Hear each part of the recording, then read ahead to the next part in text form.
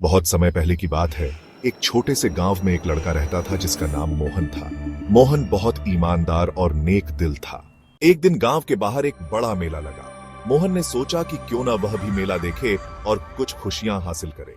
वह मेले में गया और वहां उसने बहुत सारी चीजें देखी, झूले, खेल, खाने पीने की चीजें और बहुत कुछ। अचानक उसे एक दुकान पर एक महंगा खिलौना दिखाई दिया। उसने दुकानदार से पूछा, यह खिलौना कितने का है? दुकानदार ने कहा, यह 500 रुपये का है। मोहन के पास सिर्फ 50 रुपये थे, लेकिन वह खिलौना बहुत चाहता था। वह मेले में गया और वहां उसने बहुत सारी चीजें देखी, झूले, खेल, खाने पीने की चीजें और बहुत कुछ। अचानक उसे एक दुकान पर एक महंगा खिलौना दिखाई दिया। उसने दुकानदार से पूछा, यह खिलौना कितने का है? दुकानदार ने कहा, यह 500 रुपये का है। मोहन के पास सिर्फ 50 रुपये थे, लेकिन वह खिलौना बहुत चाहता था।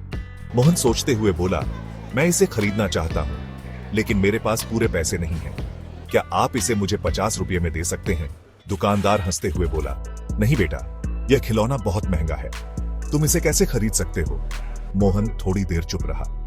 फिर उसने दुकानदार से कहा, ठीक है, अगर मैं आपको पूरी रकम दे सकता हूं तो आप मुझे यह खिलौना देंगे? दुकानदार सोचते हुए बोला, अगर तुम सचमुच मेरे साथ सच्चे हो तो यह तुम्हारा है। मोहन ने अपनी पूरी मेहनत से जमा किए गए पैसे निकालकर दुकानदार को दिए और खिलौना लेकर घर लौट आया। उसकी सच्चाई और ईमानदारी ने उसे न केवल खिलौना दिलवाया, बल्कि गांव के सभी लोग उसकी ईमानदारी की सराहना करने लगे।